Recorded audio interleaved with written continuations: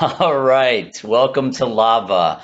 Good evening. My name is Darren Ng. I'm the executive director for Lava. I hope you enjoyed the Hamilton version or the Hamilton-esque rap that's been done on the appointment of Janet Yellen. I love that Steve Mnuchin is now referred to as the Lego guy. I think that's pretty funny.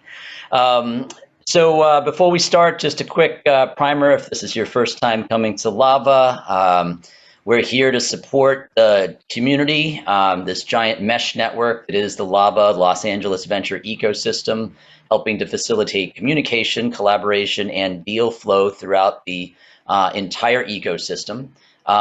Just for those of you who are out there that are potential sponsors, the Global Lava is in search of a sponsor. So this committee has done a fantastic job, and Michael McClune and Sharon Rebinder have done an amazing job leading this committee in quite a year of 2020, and then really we're off to a great start in 2021. We have back-to-back events, not only today's, but tomorrow morning. There's a combined Global Lava and Lava Gov event on nodal opportunities in venture and investment in Africa, celebrating the World Day or African Diaspora Day. And so that's pretty exciting. Next week, for those of you who are investors and investors only, if you'd like an invitation and you invest in the gaming industry, please reach out to me and let me know. We have a syndication event highlighting 2 startups in gaming, Champions Round and Super Social. So that will be kind of an interesting event. We have a whole slate of events in February. I won't bore you right now to hear all of what they are, but certainly come back to lava.org. If you haven't watched the awards, please do. Without further ado, I will bring up Sharon Rebinder and Michael McClune just to say thank you to them for putting this panel together of fantastic folks. I don't see them on yet, but I think they'll be coming up shortly. There they are. Hi. Hello, guys. Welcome. Thanks, Darren. And Steven's joined. There we go. Steven's up too. So I'll turn it over to you, Michael. Sure. Well, I'd like to introduce Sharon. And if you want to do good business, you should go to France, and she's the one who you should talk to, because there's this particular region in France where you really need to go. I would call it the Stanford, MIT equivalent of, right? Grenoble, yes, and Auvergne-Rhône-Alpes region. Thanks, Michael. Take it away. Okay. So that was Sharon. I'm Michael. We're the co-chairs of Global Lava. As Darren said, we're proud to be the leaders of these new communities that keep growing, not only in influence, but in numbers. We have a few different new communities like CPG, and as you mentioned, government, public sector community. So check out what they're doing. We like to be the leader in this because we're all about startups. We want to move quickly. We've done a lot of interesting panel events, very casual conversational style. We'll put the links in there. In the past year, we did the EU and UK, we did Africa, we did Latin America, we did a specific country, which was India, we did Middle East, North Africa, and we have a very diverse group of experts that represents academia and the public sector and investment, VCs and funders, and startup owners themselves. So you'll see that again tonight. And the new thing that we're doing in 2021, as this is the looking forward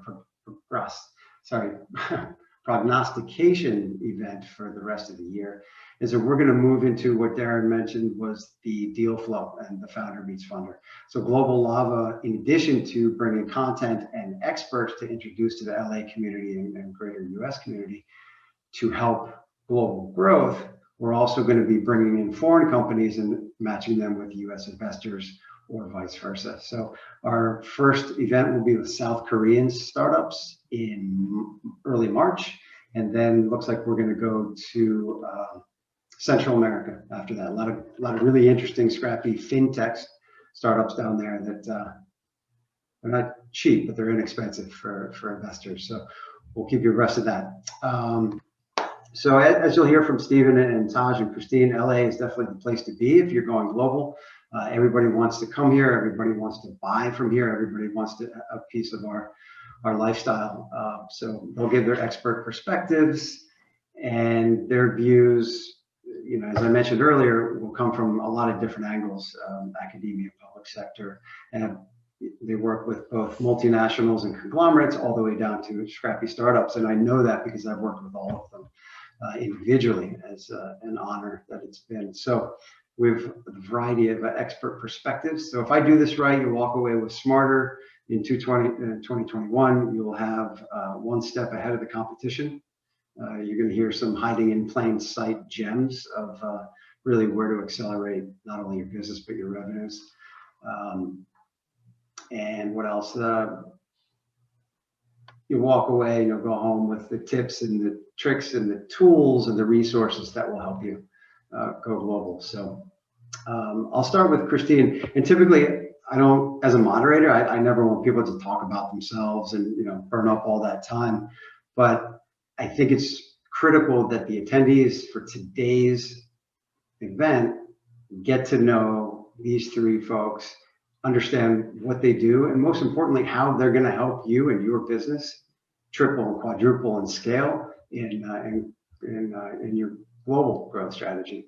So, and I should say the most important part if you're a startup founder is that all of these services are pretty much free or extremely low cost. So I think, Christine, I met you, what was it, your first day here or first week? Mayor Garcetti was smart enough to hire her away from President Obama. She was in the executive office of the White House, right? So he was looking to you for intellectual property. I have to admit that I also worked under the Trump administration. So I spanned both actually in the office of the U.S. Trade Representative doing those are the different perspectives IP I'm talking negotiations. about. Yeah.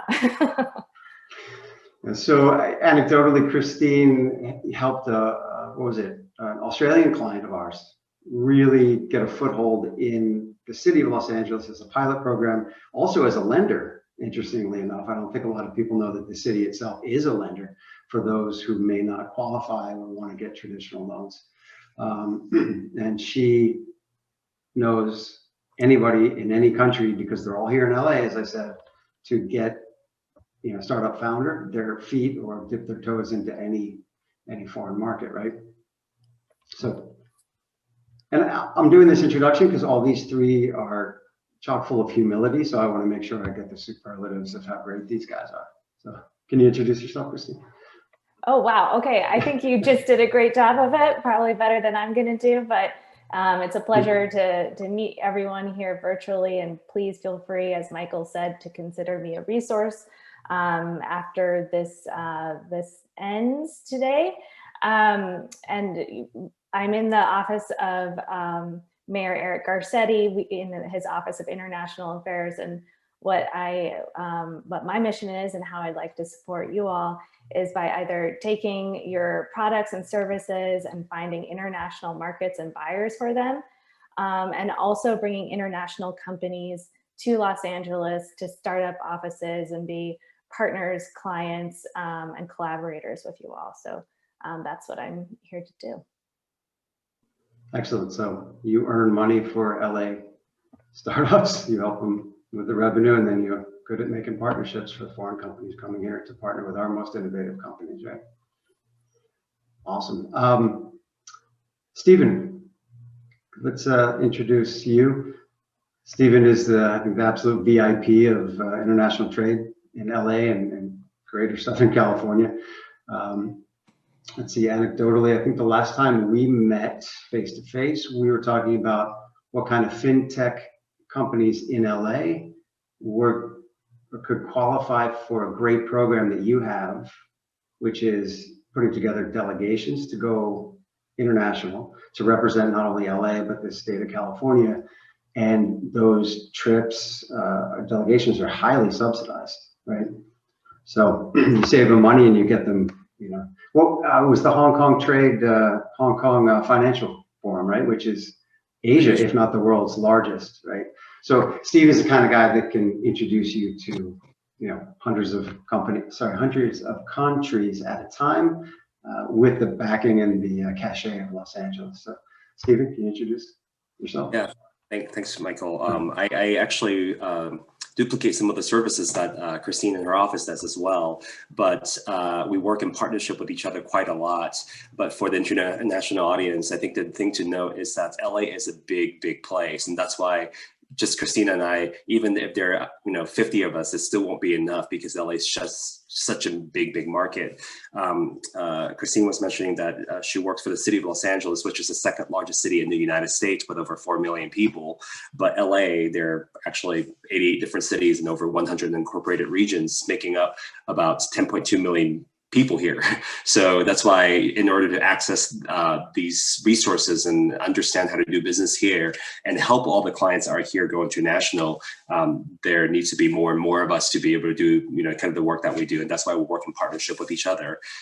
We at the World Trade Center LA and the LA Economic Development Corporation, what our focus is trying to basically create opportunities for ecosystems to grow, whether it's clean technology, whether it's aerospace and defense, whether it's bioscience, whether it's ocean economy. We want to make sure that these industries are growing here by helping international companies find out how to do business here and go through some of the challenges, because again, to find the right resources and understand how to do business here, it's not always the easiest thing to do because there's just so much information. So our job is to provide that information to make it easier.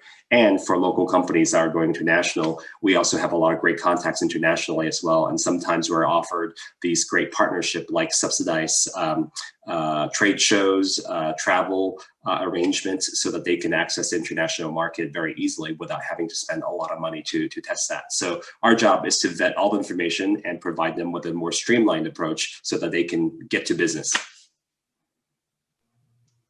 Excellent. I hope everyone's paying attention to that, because the tools and the resources you guys have at zero cost are just phenomenal. So if you go to Stephen's office, you realize that when presidents come to the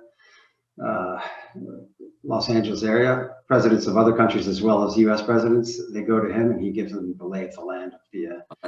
That doesn't happen all that often. So. I'm sticking with the presidential theme, and you've certainly given your counsel to them on trade, right? So with that, let's bring in Taj. Wow, it's difficult to introduce someone like Taj. Let's say he's a musician and a poet at heart. He is you're an economist by education, and then your PhD is in geopolitical economics, was it? Yeah. He's an investor. He ran the Accelerator for UC Riverside, right?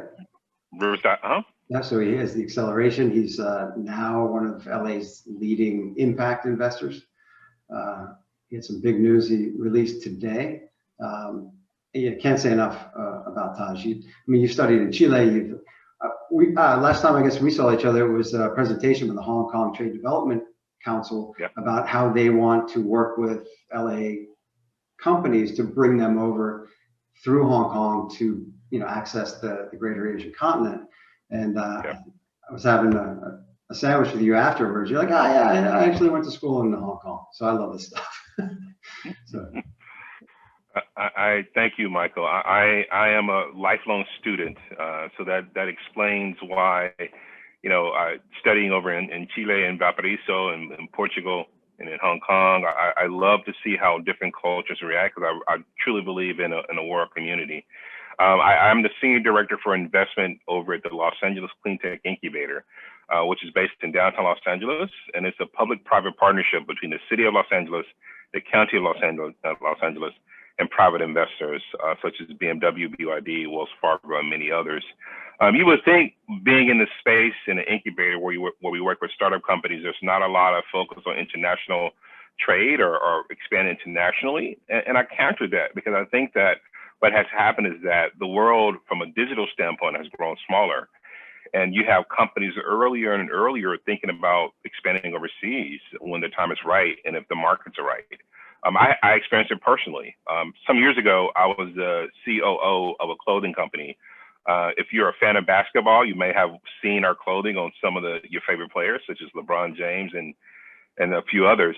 But we got a partnership with a Chinese actor to launch in China. And we were in 8 stores in China, manufacturing in the United States, but exporting to China, which is so different when you think about the apparel industry and historically what has happened.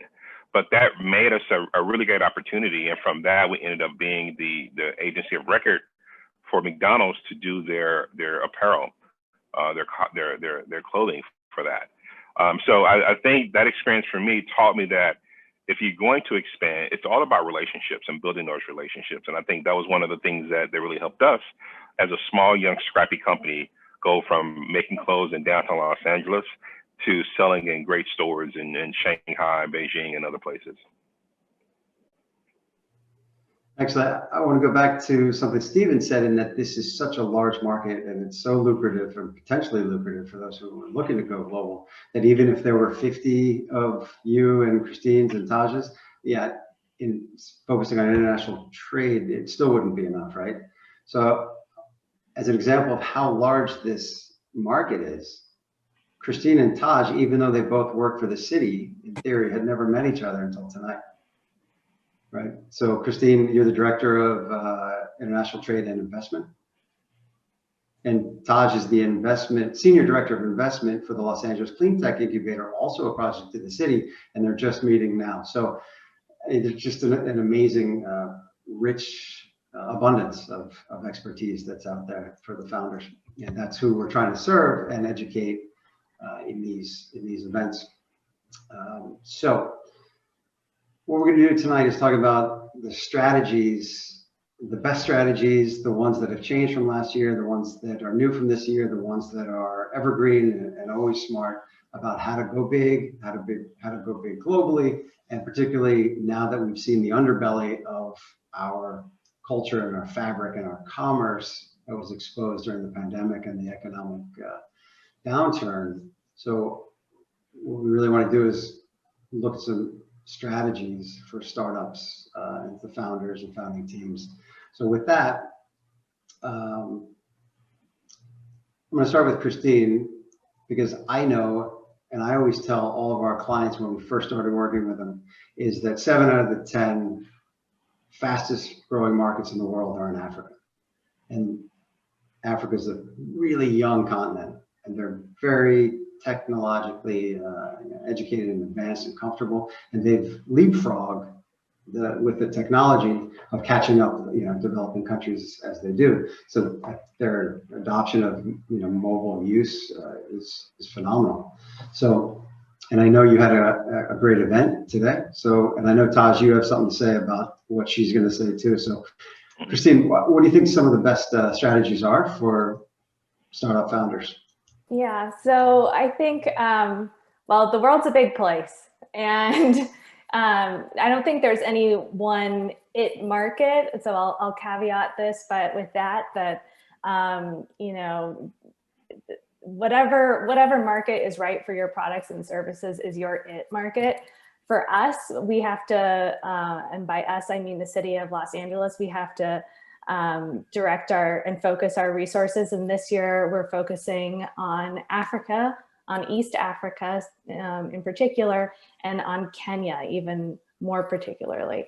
So the reason that we're doing that is because some of the relationships are not as developed between Los Angeles and East Africa. The mayor has never led a trade mission to Africa before. So what we're doing is a fact-finding trade mission that will be virtual in March. And we're focusing on areas that the U.S. Foreign Commercial Service, another partner that I'm sure a lot of people here are familiar with, have identified as being a growth area, and that's construction, design, housing. Kenya has a goal to build 500,000 homes over the next 5 years. And we think LA companies, especially sustainable LA construction and materials companies, are really well suited to meet that need. And then of course, along with this, Kenya is focusing on building cities, and cities that run well for their residents. And so we're also focusing on renewable energy, smart cities technologies, water resource management. And so that's an area that we're excited about. You know, Kenya is a great entry point into East Africa. It has been improving leaps and bounds in terms of ease of business. And now with the African Continental Free Trade Agreement, there are much lower non-tariff trade barriers have been removed across the continent, making it easier to, you know, once you find success in one market, really expand throughout the continent. So that's what we're excited about exploring in March. And hopefully that'll lead to some really promising leads that will then result in an in-person trade mission once it's safe to do that. Should I plug again that we have a Global Lava and a Lava Gov event tomorrow morning with, in connection with the United Nations calendar day of Afro-descendants. Forgive me, I can't remember the actual calendar day, but basically connecting the diaspora, you know, commercially and culturally. Tosh. It's like we're colluding or something, but we're not. Yeah, it's such a big market where we overlap everywhere. Oh, I should also say to the attendees, you can also go back and look at watch our African panel seminar. That was moderated by the woman who runs the Prosper Africa. She's a leader in the Prosper Africa movement, which is a federal initiative to put a lot of money behind U.S. companies looking to expand into Africa. So you can contact me if you want more information about that. Taj, what are you thinking about? Yeah, you know, 1.2 billion people in Africa.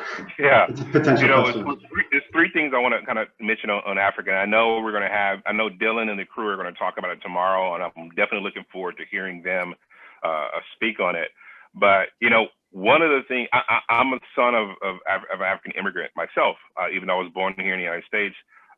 There are a lot of people who are like me who were born here, who are making and educated here, but are going back to the continent and taking the knowledge they had here and making some efforts and strides there. I'll give you a perfect example and how LA kind of plays into that. Like I mentioned, I'm at Los Angeles Cleantech Incubator, and we partner and have this event called LA Commotion that's focusing on transportation. And we get all these companies from all around the world to come in and participate here. There was a company from Nigeria called Max Okada that came here and totally crushed it. Techstars alum that was the founder, but the company's based in Nigeria and focusing on transportation in Nigeria as well. And leaning more towards sustainability there, having clean vehicles and transportation and focusing there because it's a country that really relies on a lot of mopeds and two-wheel vehicles. And so we're seeing a lot of that, not just from a founder standpoint, but from a fund standpoint as well. One of the other things that I failed to mention in addition to being at Lacey is I'm in the process of joining a team that's creating a fund of funds to invest in other fund managers, both Black and brown fund managers, including fund managers that are investing domestically and internationally. And we're seeing a number of individuals who are investing in Africa, not just in fintech, which has been a really good place. And we could talk about, you know, the trade deficit on services and how we're not really tracking that, the service exportation for us from the United States. But also too, what we're seeing is this explosion in clean tech is really changing a lot of ways people think about it. You know, sometimes people would ask me, you know, are these emerging markets, are they really concerned about sustainability like we are here in the States? I think it's a different type of concern, because I think for me, when you think about sustainability, when you're thinking about clean tech, it's more about a public health issue and an economic issue with job creation than just a moralistic issue. And so when you start thinking about it from that standpoint, yes, I think a lot of those markets are going to really kind of take heed to a lot of the growth in what's happening in clean tech. And I'll give you one more example, kind of talking about some of the startups here and showing that even if you're a startup, there's a focus on internationalism. We have a company in the Accelerator called Air, a company that's making hybrid electric airplanes. They deployed some of their technology in the northern countries. And the reason for that is because this type of technology is better suited for a short regional distance and really kind of suited for a lot of inter-island travel. So think of Hawaii, where they have a launch at, think of the Caribbean, but also think of the inter-island travel or the inter-country travel within the Nordic countries, which want to really kind of reduce the emissions from their Air Force. So I think with organizations like Techstars, us, and many others, Sharon mentioned France. There's a great organization called Station F that really helps French companies and also partners with American companies who want to launch in France. I think more of that is enabling startup companies and earlier companies to not have to wait until they're later in growth stage to really expand and get into the market. And I'll leave you with this also too, Michael. There are great funds out there like Tracy Gray, who leads the 22 Fund, that's exclusively focusing on exportation for companies who want to export their product. Because we got to remember, United States, we are historically have been really more of a country of importation, and a lot of small businesses, which are the crux of what we do, we don't really think about exporting until we get to a certain size. But I think you can start thinking about that early and export not only services but product. So Stephen, let's stick geographically. Strategy-wise, we can talk about the whole business side. From where you sit as the president of the World Trade Center LA, and recently COO of LA Economic Development Corporation, geographically, where do you see the hot spots that people may not have seen before? I mean, we always say Vietnam is great because they're double-digit GDP and they privatize a whole bunch of stuff and they're doing great. A lot of people look at us like, wow, Kenya, Ethiopia, Vietnam, why not Germany and Japan? Do you think this year has uncovered or will uncover any geographic regions or countries? You mean besides Los Angeles, right? Of course. Yeah, no, I think internationally we've been, I think given what Christine and Taj mentioned earlier, it depends on the industry that they're focused on, right? And there are definitely a lot of great opportunities internationally.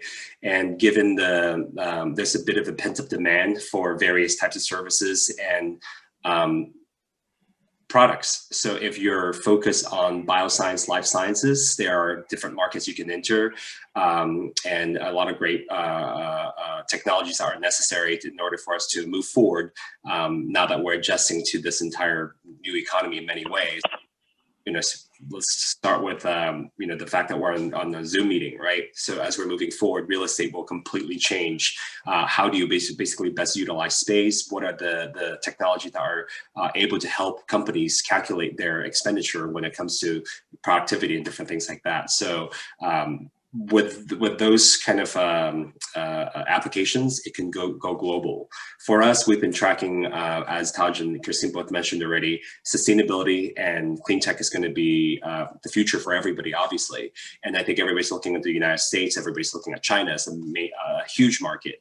But sometimes they forget, for example, Nordic countries like Finland has been very, very aggressive and have moved forward with renewable energy solutions when it comes to, also, when you're talking about renewable energy, right now we really have to look at the future of battery storage system, because that's what part of the whole equation and solution. Where do we get lithium? Where do we get the cobalt? Where do we get the material? And basically, what are those processes, right? So then you're talking about other potential markets like Turkey. You're talking about Australia. So there are many, many places to look at for us. Besides the usual kind of suspect for us in Los Angeles, we're very closely tied with Asia. So obviously Japan, China, Korea, Vietnam, as you talked about.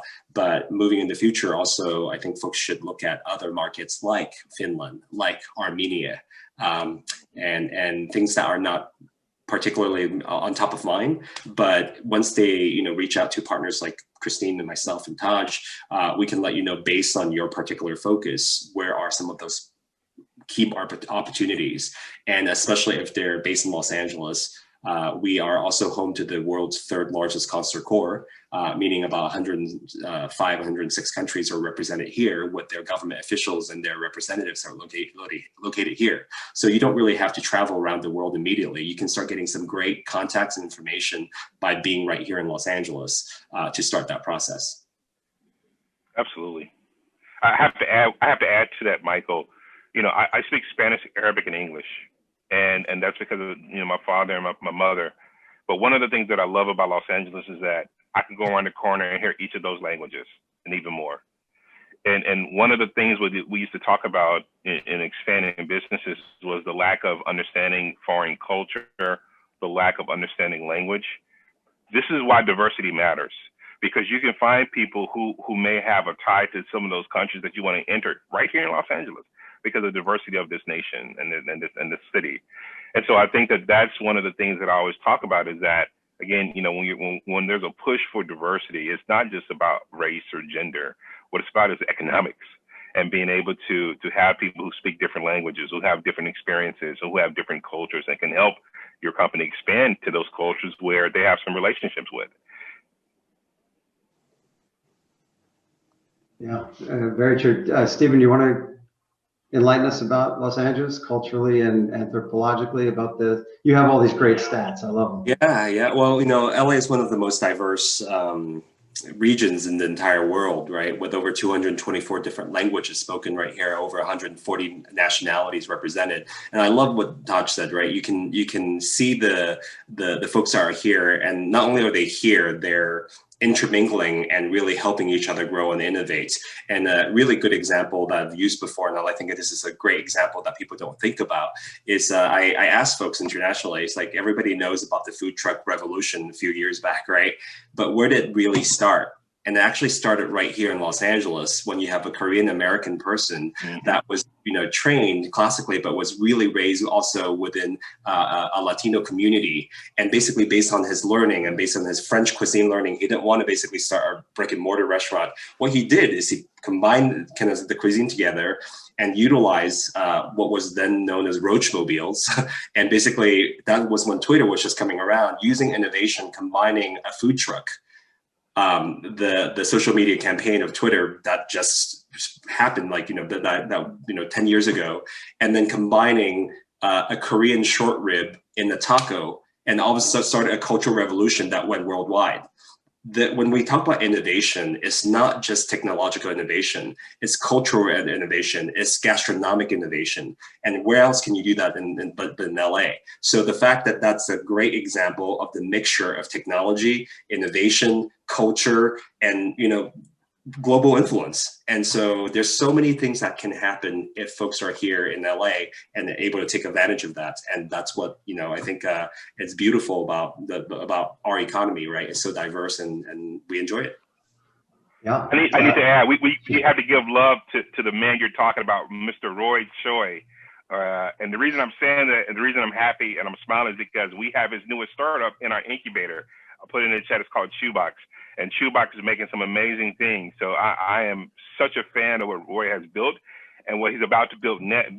But you're absolutely right. The idea is more than just tech; it's culture that we are exporting as well. Yeah, I think that diversity culturally provides us a great opportunity, because it's not just selling products or selling licenses or seats if you're a software company.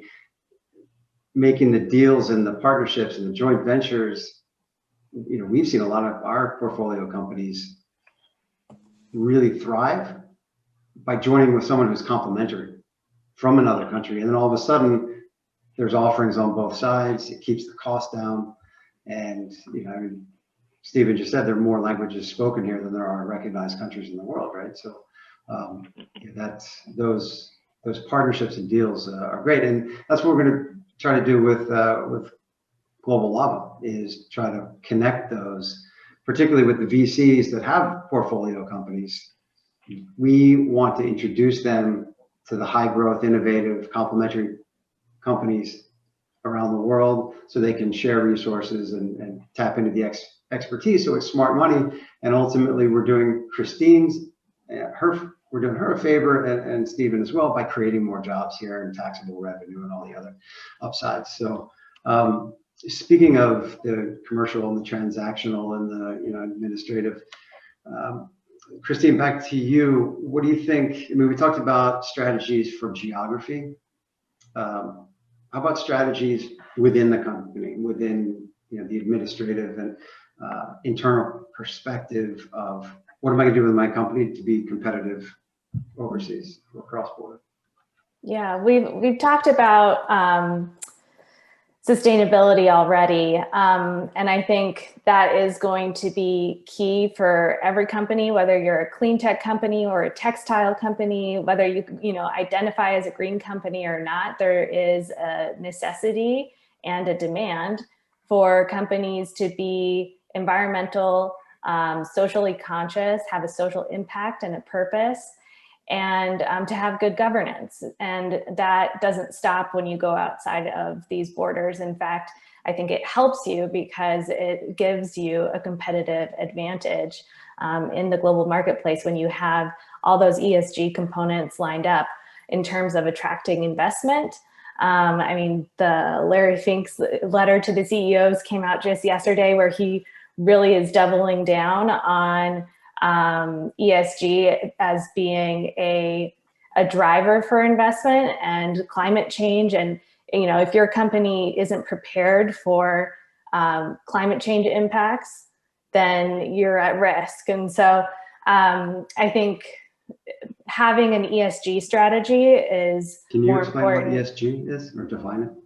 Yeah, it's environmental, social, and corporate governance. So it's everything from having a climate change or like a net zero carbon goals, having social impact goals, gender and racial equity, diversity, inclusion. So it's the whole umbrella. And as Taj was saying earlier, these things don't really line up into 3 distinct buckets. They really overlap and intersect.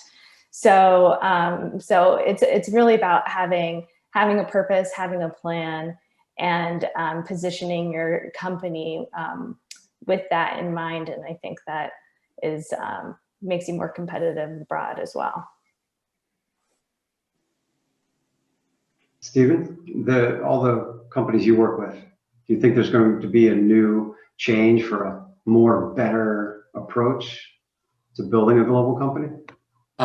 Yeah, no, I'm going to kind of drill in a little bit in terms of the tactics as well. I think with the changes that I think with COVID-19 has made us kind of look inward a little bit more in terms of the approach. And I think what we've seen with the companies sometimes, especially during COVID-19, that they're not able to get there in person. And what we've seen is sometimes the approach are not microly focused. It's not as specific as it needs to be. And so they're trying to hit as many markets as possible. And when they're doing that, they're not as competitive because they just basically look like everybody else. So, right now, a lot of folks are offering cloud solution. And I'm sure a lot of folks, that are on the webinar have gotten a lot of emails basically saying, hey, I have the service for you, or you get a LinkedIn message, and it's not personal. There's no ground game. So I think in order to be competitive, I think companies now need to really pay attention to not only the local market. Again, using LA as an example, you can't basically have the same approach as you would in Santa Monica versus what you would do in another region of Los Angeles, like the Pomona and the East LA, Eastern Los Angeles region, because the approach will be different. The folks that you're trying to reach is different. So same thing internationally. When you're going to Tokyo, when you're going to London, you really have to now start microly focusing on the regions that you're trying to approach. So I think it's changing the way that folks are analyzing the data. And that's why, I think prior to COVID-19, everybody's talking about big data. The data is now available. What are you going to do with that data? How are you going to analyze it? And how are you going to obtain the right type of data so you can make that decision?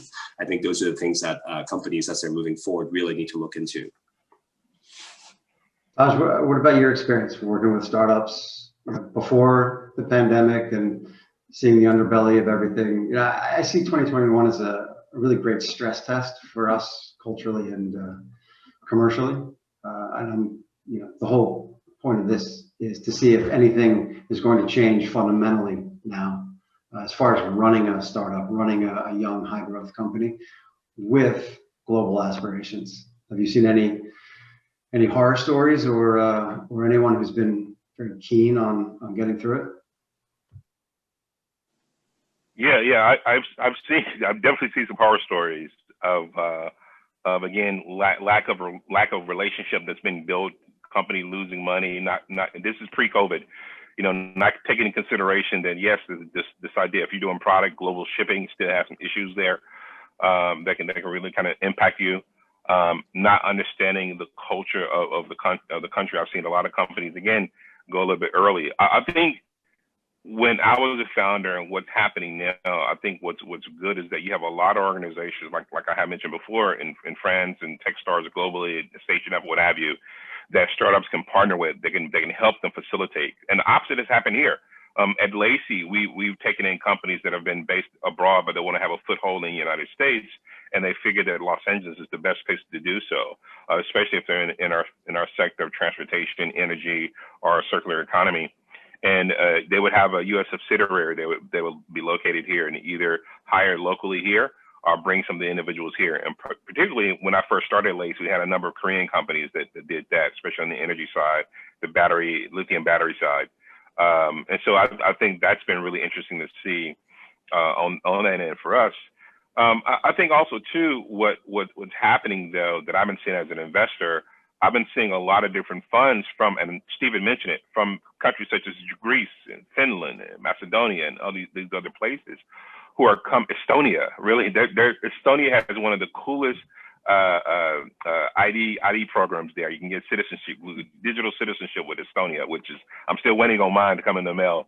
But there are these countries that are really coming in and providing capital and want to work with companies and saying, look, we will not only invest with you and give you the investment, we'll give you what's called platform services, which will help you launch a portion of your business in our country with this investment. So we're seeing more of that happening on the private sector with investments, especially in countries that are, again, a little bit off the radar. Even a country that I went to school at in Chile, a good friend of mine who went to Pepperdine, and I think we have some folks in Pepperdine in the audience, my alma mater, but he leads the equivalent to Lacey in Pepperdine, a fund that's public-private funded. And you would think in Chile, the emphasis would be on mining, which is a huge industry there. But there are some other areas that the country's looking at, that he's looking for, and trying to get companies from the United States to come here. I remember when I was in school in Pepperdine, and when I first went to Chile, it was right in the beginning of the free trade agreement between Chile and the United States. And at that time, agriculture was one of the big trades that we would see, and a lot of the movement going back and forth. Now you're seeing a lot more services that are moving back and forth between our country and their country as well, especially on the financial side and many other sides also. Precisely. I lived and worked in Chile, and I've always still have a love for the country. They had a governmental program where I think they gave $50,000 for people to come in, right, and set up their operations there. Obviously, there was a vetting process. They didn't just hand out 50 grand, but they would start there, and then they would come here. Frustratingly, United States is wealthy enough, and we have enough opportunity here that money doesn't flow from the government into startups. But it really worked. And what else was I got another thought there, but I guess all the Chilean wine and empanadas out of it. So a little bit closer to home, Christine, you want to talk about the Usmca quickly? We're talking about Vietnam and 1.2 billion potential customers in Africa and all the opportunity there. But with this new agreement, can you talk a little bit about Chapter 25, which I think is really exciting and creative in the digital sharing, not just commerce, but the way I read it is we can actually come together and create new things to the three countries. Yeah, I mean, I think so. Well, the news cycle is so fast. We haven't even really addressed the elephant in the room of a new administration here. But but I think that will have an impact on the opportunities for U.S. companies. I think there's still going to be a focus on North America and on regional competitiveness. You know, the U.S.-Mexico-Canada agreement, the update to NAFTA that was well overdue, was a bipartisan agreed trade agreement. It didn't start out as that way, but after there were tweaks made by Democrats in Congress, especially to the labor and environment provisions, it was a bipartisan effort. So I do expect USMCA and a focus on North America to continue. I think there could be a little bit of a thawing between U.S. and China because we do have shared interests around climate change. You know, China recently came out with its goal to peak its greenhouse gas emissions and reach net zero by 2050. So I expect there will be a thawing between U.S., China, the United States and China, and then also a real warming up between the United States and Europe. You know, under the Trump administration, you know, there's no secret that he was not a fan of the EU. This administration is, I think, very bullish on Europe, and we're going to see a lot more room for cooperation with the European Union and its member states, including France. And so I think there's that this administration change is going to open up a lot of goodwill and opportunities. Yeah, that elephant in the room that you mentioned is the whole reason everybody's happy and smiling on this on this panel, I believe, and the whole reason we're having it, because it, you know, it really could be a whole new world. So it's 12 of. Let's move to some questions. I'll go through some simple ones in case, you know, as not to get bogged down in the more profound ones. This one's for you, Stephen. Softball. I work for LA Camping Brand. I'm looking for a local factory to manufacture some of my products. Do you know of a database, or maybe somebody who has a database of manufacturers? Yeah, those are always tough questions, right? Because to find the right manufacturer that can actually take you on as a client to produce for you, you know, depending on the specification. But generally speaking, Dun & Bradstreet, you can purchase the data there. You can basically buy a list of all the manufacturers and basically put in the criteria to get more information. But Dun & Bradstreet data is not exactly the cheapest. What can happen is if you send us an email, what we can do is provide you with at least some guidance and the information that we have within our list that we can share with you. And from there on, you might be able to get some additional details. But when it comes to manufacturing, it depends on, one, the quantity that you're trying to manufacture, what specification, and, you know, it depends on the product. So unfortunately, there's not an easy answer. There's a depends answer. But the good part is, if you reach out to us, we can walk you through that process. Right, so that was one of the free services and resources that I mentioned at the top of the panel. It's free of cost, right, for that work that you just do. Okay, Christine, how about Orange County founders? Can you help them? Oh yeah, we love Orange County. Actually, for this virtual trade mission to Kenya, we're taking a regional approach. So we are open to having companies participate from any of the 5 counties. We're partnering with Long Beach because Long Beach has a sister city relationship with Mombasa. So, you know, LA, we like our neighbors, we like to work together. So yeah, please reach out. Same goes to you, Stephen? Yeah, and Christine brings up a very good point. It's that I think, historically speaking, sometimes the regions don't always work as well together. I think as the last 2 decades or so, I think many people realize that, one, internationally, people don't know the difference between Orange County and Los Angeles. And, you know, a lot of our international partners, they don't know San Bernardino is different, you know. So for them, LA is just this entire big area. And for us, you know, sometimes we put this, you know, kind of these geographic boundary because, you know, Burbank is Burbank. Don't you call Burbank Glendale, you know, but for folks, it's just, it's all LA. So that's why you're seeing more of a collaborative effort, because we know that together we're able to compete a lot better. And there are a lot of other states that are very eager to poach from us. And so what we need to do is unite our resources and be able to help each other out and help our companies out. So yeah, Christine's absolutely right. We want to work very closely with our neighbor, and we will. Yeah, let me add, Michael. I am literally right now sitting in Western Riverside County. I split my time between LA County and Riverside County. And you know, like you mentioned, I used to be the Accelerator director in UC Riverside. And my argument used to be, when you're thinking about Southern California, just like Stephen says, even in Silicon Valley, no one really knew the difference between Riverside and San Bernardino. So for me, it's about the growth of all of Southern California, because I think that you're going to start seeing a lot of that too. And I think from a standpoint of the startup sector, you know, in Orange County, I'm loving what Cal State Fullerton is doing with their startup community. I have some good friends that are doing some really great stuff there.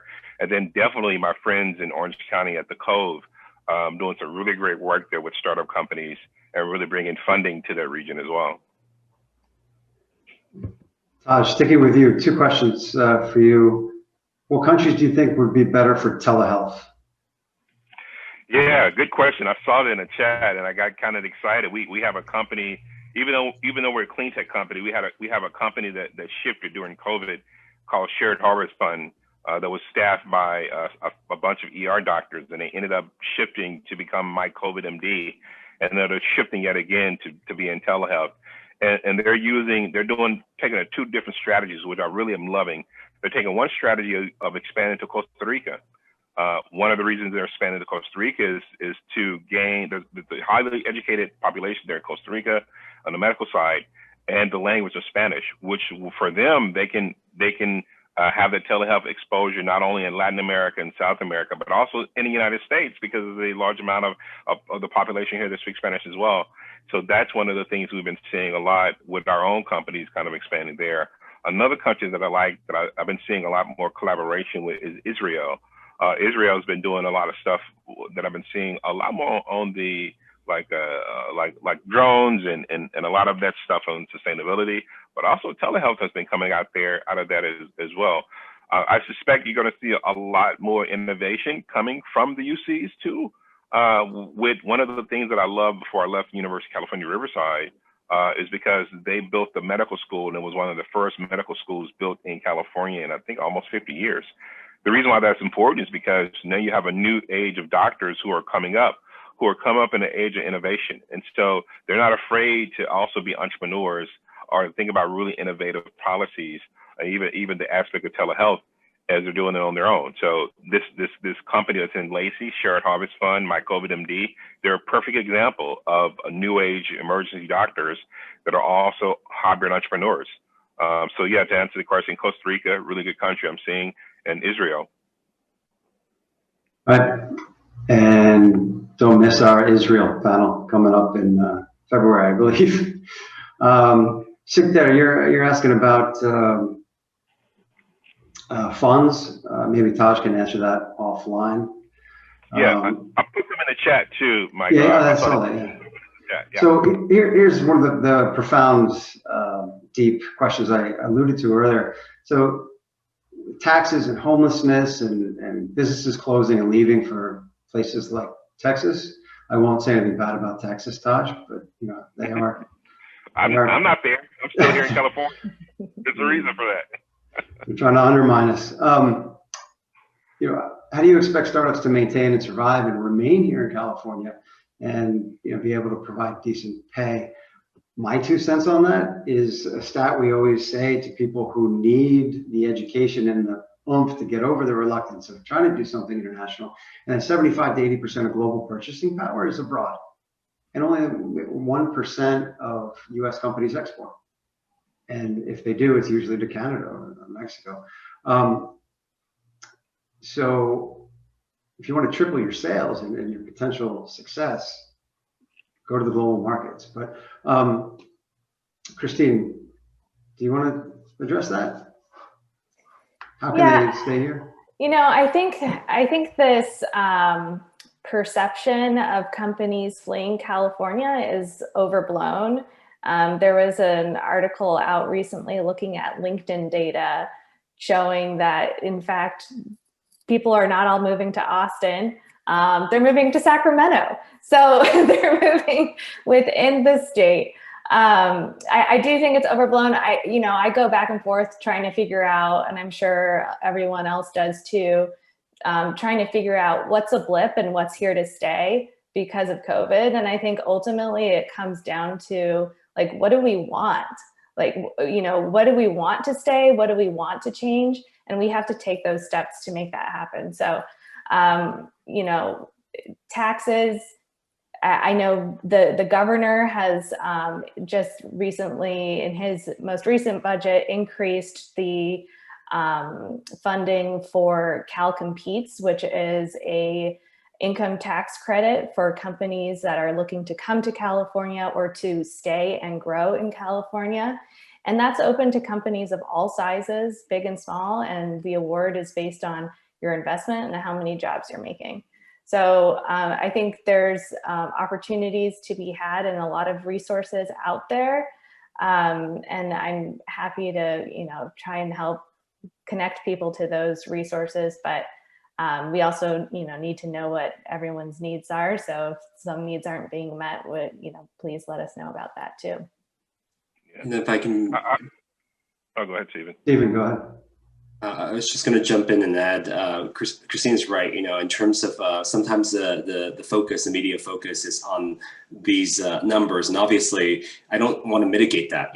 When Toyota left us, thousands of jobs left this entire region. That's real. The homeless issue, it's real. We have one of the largest homeless population in the United States. And because of COVID, it is going to grow. But this is also an issue that's growing nationally. So these are all real issues that I don't want to mitigate in any ways. However, when it comes to the business decision, as Christine was mentioning, the honest truth is this: Los Angeles and California may not be right for every company. And same is true for Austin, same is true for Missoula. It basically depends on your company and your company's need. What we said before is that this is a market, if you want to access 18.7 million consumers in one region, access to the entire world with some of the best transportation logistics access in the world, with the #1 container port, #2 container port, #3 busiest airport in the world, with some of the best education institutions, including the #1 research university with Caltech, the top public university with UCLA, one of the top 25 with USC, with 118 higher education institutions, with a supply chain and with all the industries that are so varied that you're not basically dependent on either the energy sector or the financial sector. That's why our economy is so healthy and so robust, is because of all these different assets. Yes, is it expensive? Part of the reason is because when you have access, and this is right before COVID-19, when you have access to Beyonce, to the Dodgers game, to Katy Perry, to some of the best entertainment in the world on your fingertips, and the best food around the world located right here, and some of just easy access to world destinations, so you don't have to transfer 6 times in order to get to your hometown. Like there's a price to that. And yet, at the same time, we have to balance it too. So there are a lot of folks in a lot of the business community that are working together to change legislation to make sure that our local and state elected officials are reflecting those changes, so that we're not overtaxing.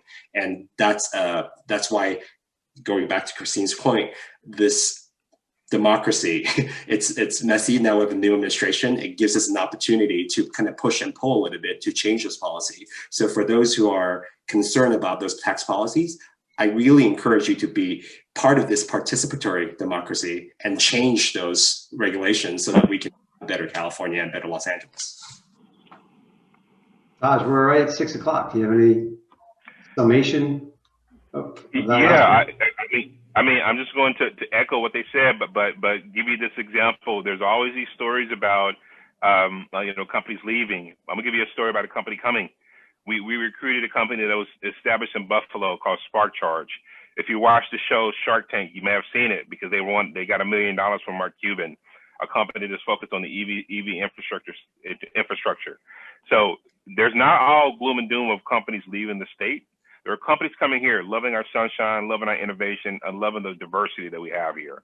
And that's what I love about California. And that's why I'm here as opposed to being in Texas, where I was born. So it says something a lot. And I should say to the viewers, the attendees locally, these companies that Taj talks about coming in from Buffalo and talking about Finland and these other markets, they're coming here. That's an opportunity. It's not necessarily a competition, right? To partner with these guys. We're all about joint venture deals and partnering and making a better product, service, or solution.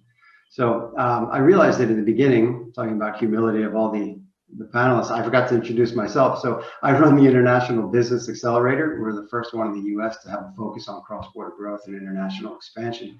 So what we do proudly is we work with companies and introduce them to all-stars like Christine and Stephen and the free services that they offer as sort of part of the concierge part of what we do.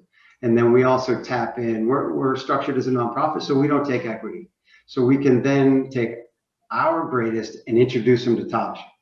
And he can put them in an accelerator where they do get a check, or he being a VC himself, he could fund them, or he knows other people that may want to fund. So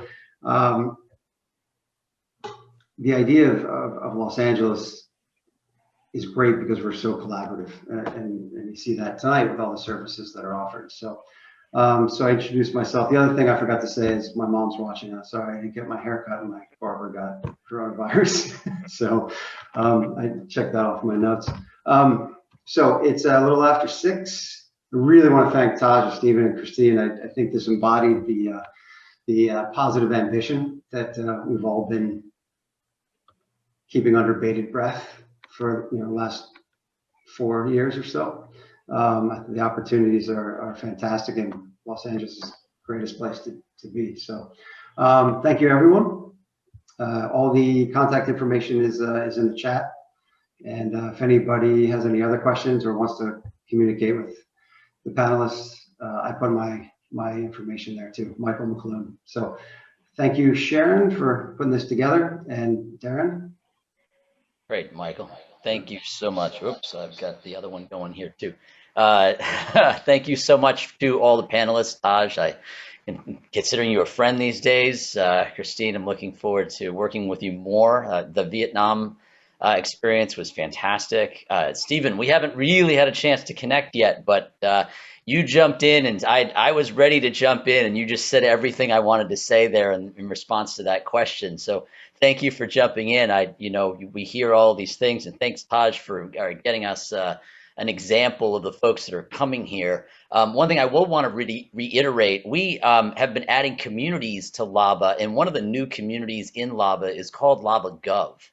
A testament to the things that Stephen was saying is how many new communities we've added. We've added Food Tech Lava, which is partnering with Food Tech LA.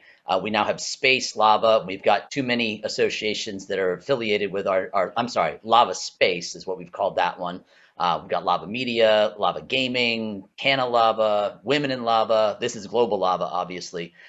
We have a ton of lavas these days. But I really encourage you to get involved, particularly with Lava Gov, if you have concerns with regard to that question that was asked and all the issues that were mentioned in that question.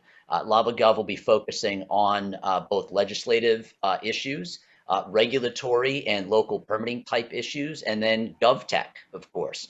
So we may actually be having an event coming up soon. Tomorrow's event on Africa is related to Lava Gov. They are co-sponsors of the event tomorrow.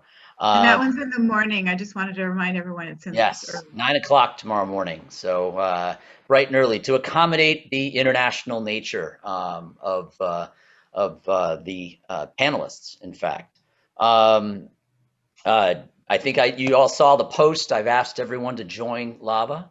Again, I want to reiterate, thank all the panelists tonight. Thank you so much, Taj, Stephen, Christine, Michael and Sharon, for all the hard work that you guys do. Thank you guys in the audience. We had a fantastic audience, and most of the folks have stuck around even past the 6 o'clock time. So great job with sticking it out, and we appreciate it. I think without further ado, I'll end the show, and thank you again. We'll go out to Who's Yelling Now, because that's just my new favorite song, I have to say. I can't get over that one. So thanks, everyone. Thank you.